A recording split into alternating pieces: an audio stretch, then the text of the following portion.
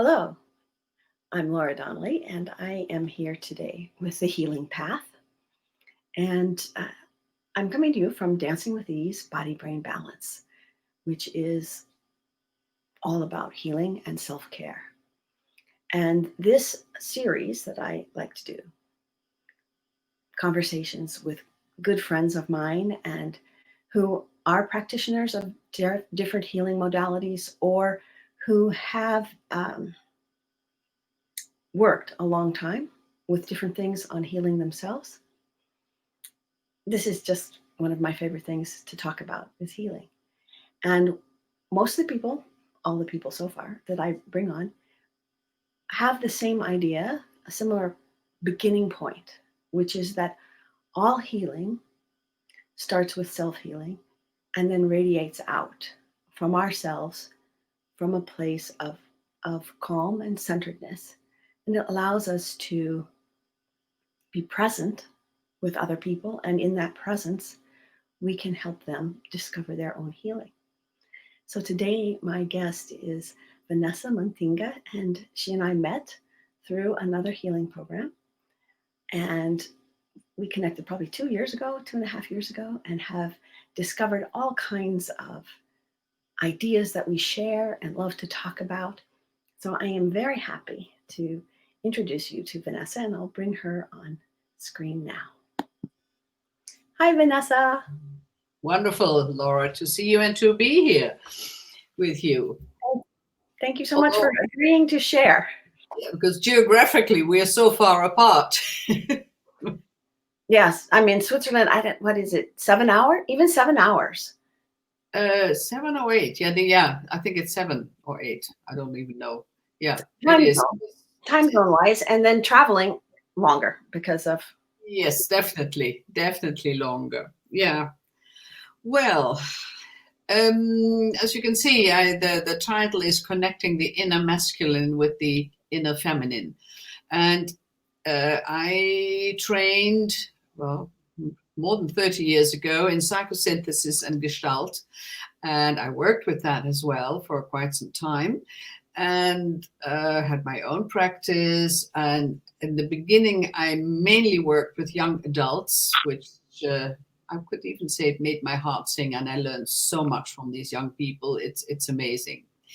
And through my own history, that there was some sexual abuse as a child, etc., etc. So that's why also this kind of therapy sort of spoke to me. And the main thing that really is with the way you work is that you know that your inner part of yourself consists of many sub personalities. And the easiest thing to imagine is that you're the director of a whole group of theater actors. And and some of these personalities are stronger personalities, some are weaker, some are out of control, etc., etc. So, and that's in a sort of a meditative state, you start to talk and to contact these parts in yourself. So you have an inner child, you have a bully, you have all kinds of things, and also the inner feminine and the inner masculine. And these parts are in all of us. I mean, men as well as women. Also, men have an inner feminine and an inner masculine. And I mean, through these last couple of months, which sort of forced all of us, I think, to sit at home more or less and work through certain things, and also personal things that happened to me.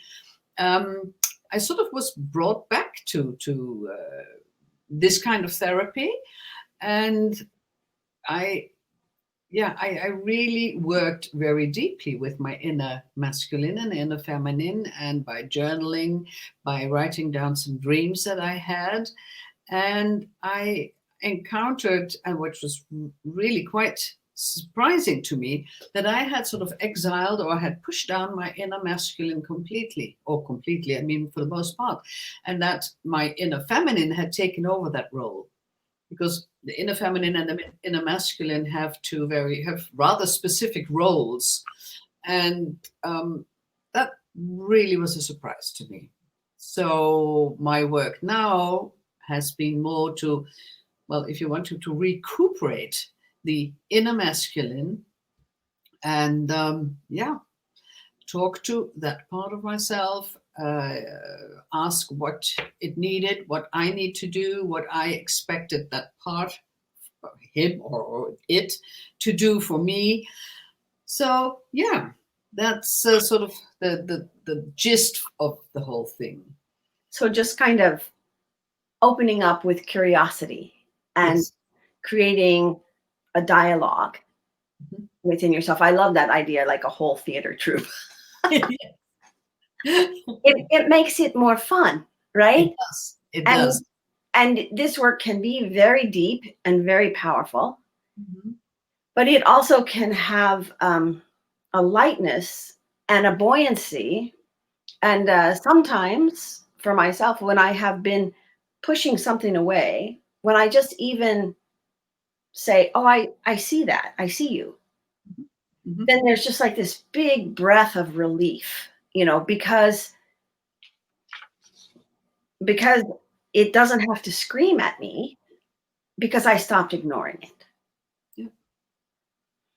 And And it's also, wounds that you have inside of yourself. You also learn how to, what are your mechanisms, how you shield yourself or put up a wall, and how you can help, to break open that wall and talk to these parts, etc. So I find it a really fascinating way of working. And like I said, I mean, you can also do it on yourself. I mean, you just journal, and you don't even have to have a dream. You can imagine, the inner feminine can be your mother, can be a woman, it can be a wise woman, it can be, anything, picturing. And with the men, the same thing. So if you can see that in your imagination and get into a conversation with these parts, it is sometimes really fun and quite amazing with what they come up. And what I think is not the most important, yeah, in a way it is the most important part, is that you have all these inner parts in yourself. They're there, they're not, they've always been there. You may not have tapped into them, but the wisdom and the love and the care and everything is inside of you. So, and that I think is also, it's a very, very important part to acknowledge, and gives you also more security in life, I think. Yeah, that's I think it gives you a stronger foundation. it does, definitely. Yes, yes, it does. I was thinking of two things. You said you have some of them that get out of control, and I have like my inner Mighty Mouse. Yes, exactly. And this I forgot. I kind of have let him calm down quite a bit in the future years. But when I was young, I mean, anything would happen, and I would just like rush in to save the situation. I mean, and in some instances, it wasn't even my situation, and then I get all embroiled, and you know. But the other thing I was thinking was when you said you don't even have to have a dream at night that you remember. Sometimes you can have an adventure or something that happens in the course of the day that if you back away from that thing and treat it as if it was a dream, then it can yield all of these kind of Abs- archetypal Absolutely. things. Yeah, it does. It does. Yeah, absolutely. Hmm. And yes, they are archetypal, as you say. And yeah, I find it fascinating. I find it fascinating, even working with fairy tales, for instance. All those things that, yeah, I mean, they're not just Little Red Riding Hood, like we were told as a child, but they're inner parts of ourselves. And there's some other fairy tales that are really, I would say, well, they're not, they're really very important for the human nature, and they shouldn't be told to children, because it has nothing to do with children in a way. And No, I sometimes I think about this, and I think about when these were written. Childhood ended about age 10, yeah, and so that was about the age that the children were old enough to understand the concepts, and mm, as a framework, how to deal with things that don't work out, yeah, how to deal with disappointment, how to find hidden resources within yourself. yeah, yeah. I mean, at the time that the fairy tales kind of were coming up, these people were getting married at 12. You know, they, They were dead by 40. yeah, at 40 was old. I mean, Well, if they hadn't died by 2025, yeah, Um, so they aren't great for children in our current world because of how we have kind of delayed maturity in a certain way. mm-hmm, mm-hmm. And but they are rich and full of imagery. And so I was thinking, when you work with your journal, do you like use your journal to dialogue, like as if you're asking questions to some part of yourself, and then If, you can answer and record it? yes, I do. I do. I have specific questions, but I journal also, just writing what comes to mind. But I have, if I'm working with one of these well, sub personalities, I do have specific. I say, well, why are you here? What do you want from me? What do you need from me? Um, what would you like to do? I mean, and they can be very funny. I mean, questions like, do you want to come on a walk with me? For instance, it's really, yeah, like you're talking to a person or a child, or yeah. So working within a child is usually more playful, or when it is a child that has had a deep wound, it has a lot to do with, nurturing that child and bringing it back inside again, and so on. So yeah, and the inner masculine and inner feminine is I found a very interesting and big part of ourselves. It may also be that because I'm a little bit older now than I used to be when I started this whole thing, but yeah, I So find. sometimes, well, let's see, like I say this about the body a lot of times, when our body is having pain, Mhm, it's trying to tell us something. mhm. And if we aren't listening, it makes the pain bigger because it's trying to get our attention.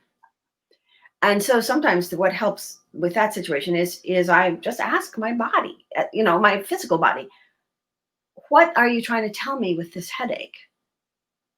Did I get dehydrated yesterday? Mhm. And then if I'm suddenly thirsty, that my body is telling me, yes, drink water now. But I also think that sometimes when, like, if we would have a repeated dream or a repeated kind of person that shows up in our life, this can be that hidden part of yourself trying to connect with you. That too, and it also can be a mirror. You can meet people, if it friends or partner or something, that will sort of, even without you noticing it, mirror the part of you that you may have suppressed, and that can hurt. That can really hurt. But when you can work with that, and are more um, open to it, I mean, it's not that you can start healing the other, no, but it's a part in you that you have to say, okay, why did it hurt me so much? Who is it? And but asking all these questions, and even if you don't know which part it is that got hurt, sitting in, and just imagining that stage, and imagine perhaps even that all these parts are still in the backstage. You can't see them yet, and you just ask me, say, listen, this hurt me very much. Who would like to come forward and tell me more about this? And it can be a squirrel. I mean, it can be anything, but it's really it's quite revealing to what comes up then. Yeah. And And when we remember that this is us and that we can step back whenever we need to, you know, like you Mhm. can say intermission and close the curtain. Absolutely, absolutely, absolutely. And if you think, "Ooh, this is, I don't want to look at this yet," or something, this is too painful, just go out, And take a break and take a break, or a cup of coffee, or go for a little walk, or whatever. Yeah. I like that your question, who would like to tell me a little more about this? Hmm. Hmm. And sometimes I might even be inclined to ask what, like you were saying before, what do they need? Hmm. And then sometimes I say, what are you trying to give me? Yes. Yes. Yeah. Because basically, fundamentally, I believe that all the parts of ourselves are trying to help us. Definitely. And they all love us. I mean, they all, yeah, they definitely try to help us. And Absolutely. and just like parents might have a disagreement over what the child should do, Mhm. how whether the child should go swimming in the lake or swimming in the pool, and the parents have an argument about which is safer, whatever. The parts of ourselves can have different ideas about what would be best for us, what would keep us safe. And then that tug of war inside can cause problems out here where we have our face to the world. Absolutely. Absolutely. Yeah, that's true. It is uh, yeah, I think what is really wonderful about any kind of work, I mean, also with the other people that you have interviewed, is you're taking care of yourself in whatever way. And I think that is something a lot of people have to relearn to do. And like I said, may it psychological or physical or emotional or whatever way. Yeah, that is. I think it's, and I hope with those what has happened now in the lately that it comes out a bit more. People taking care of themselves. Right. I think you're right. I think it is true. It is true. Like if I'm angry and I go out of my house and and the people I meet, I'm already agitated. Hmm. Hmm. And so anything that doesn't go perfectly smoothly just adds to that agitation. And then if I fire off at somebody, I have now spread my anger to somebody else in a way that is not, I mean, it might diffuse it for me. I might feel a little bit better because I took the pressure off the steam valve, but this other person surely doesn't feel better. And I didn't really deal with the situation that was building the steam. Hmm. And I have been trying to do this. Like when the news comes in, sometimes I see some of the news and I want to get angry at it. And then I say, okay, what piece of the news is stepping on what toe Hmm. in me Hmm. and Hmm. why? Hmm. And how do I go back? Because dealing with this thing out here is not going to help. And especially it's probably something that happened miles away from where I am, states away from where I Yeah. am. So there's no point in getting bent out of shape about it because I can scream at the, TV, I can scream at the computer that they don't hear me. It doesn't help. Yeah. So if I go back and I find the inside root cause Mhm. and I start there and I start to unravel the knot around that thing, Yeah. then I can be present and help somebody else unravel that knot in themselves. Absolutely. Yes. So Yeah. Yeah. Well, and then there's one other thing that I mean, I've worked on that for a long time, but is to forgive other people for what they have done to you. And the biggest part, I think, is to forgive yourself for what you have done or not have done. You know, Yeah.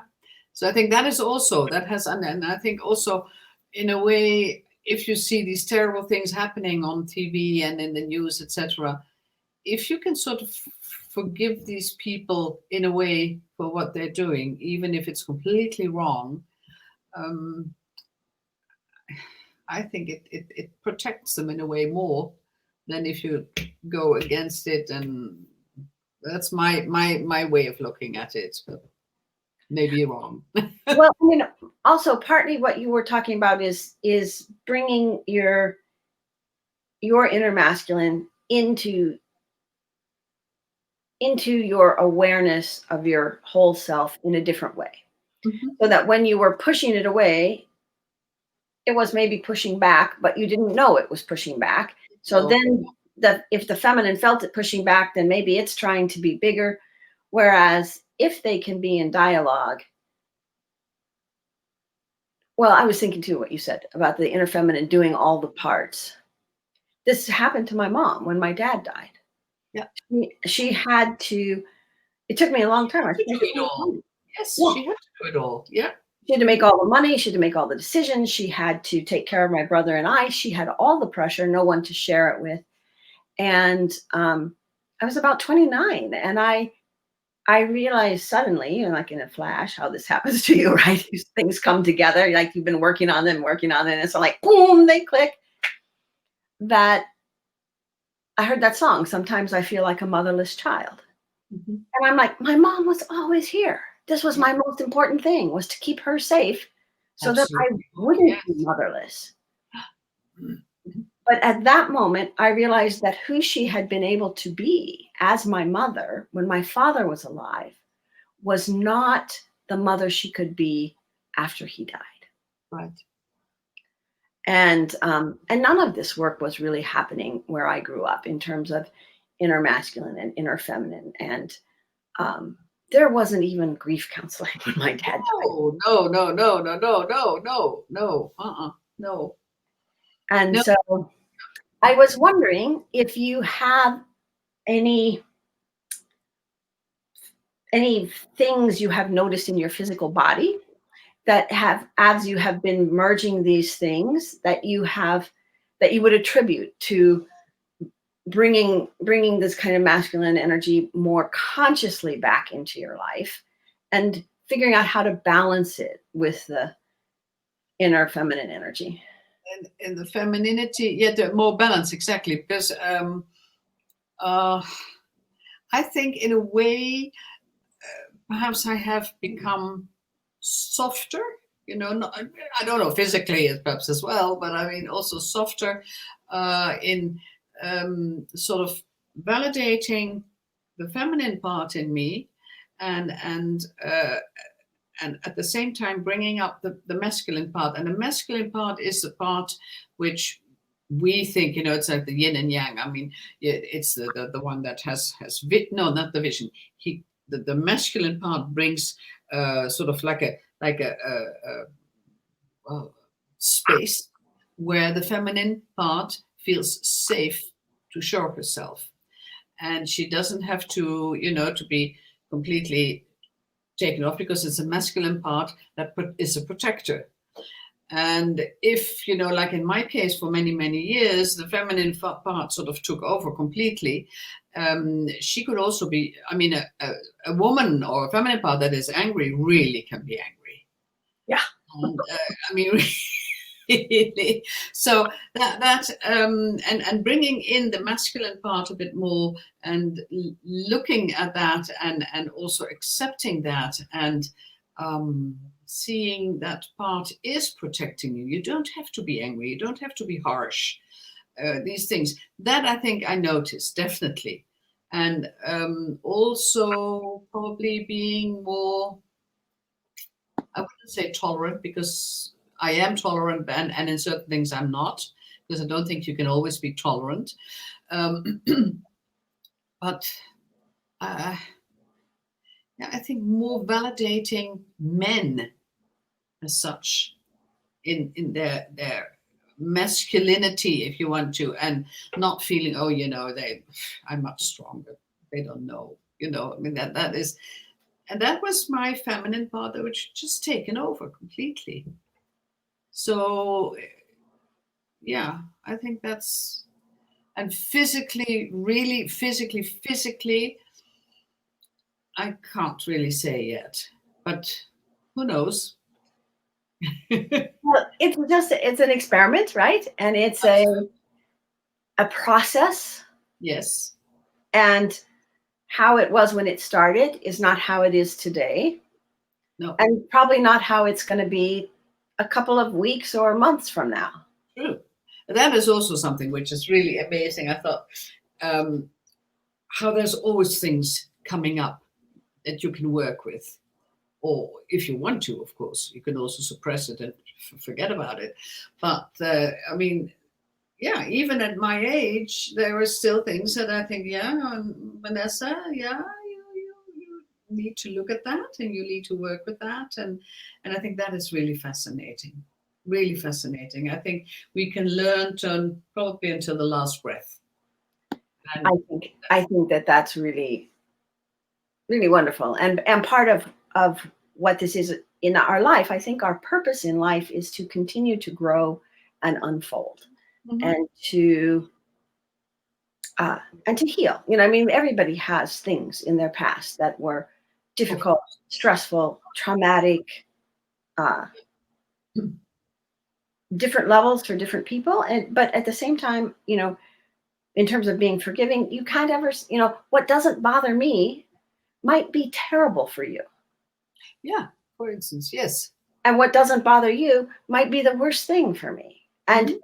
we won't understand that exactly. But if we just understand that everybody has things that they challenges they've overcome, and that just because we overcame a whole bunch doesn't mean more are not coming down the road. Exactly. Exactly.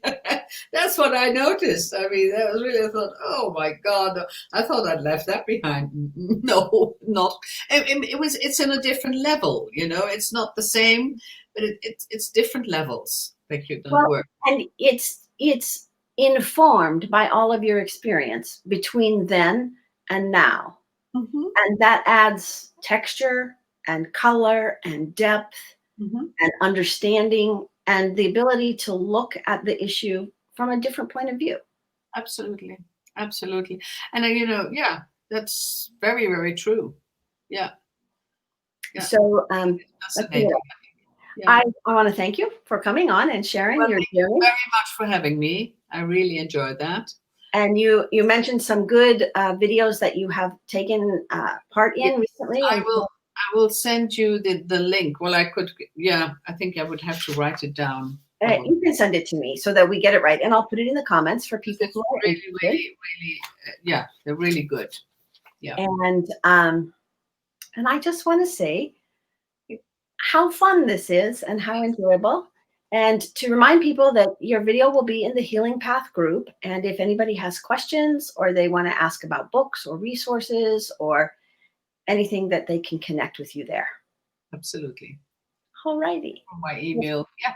Perfect. Mhm. Perfect. Take good care. You And too. we'll see everybody on the Healing Path again. Thank you. Wonderful. Bye, Laura.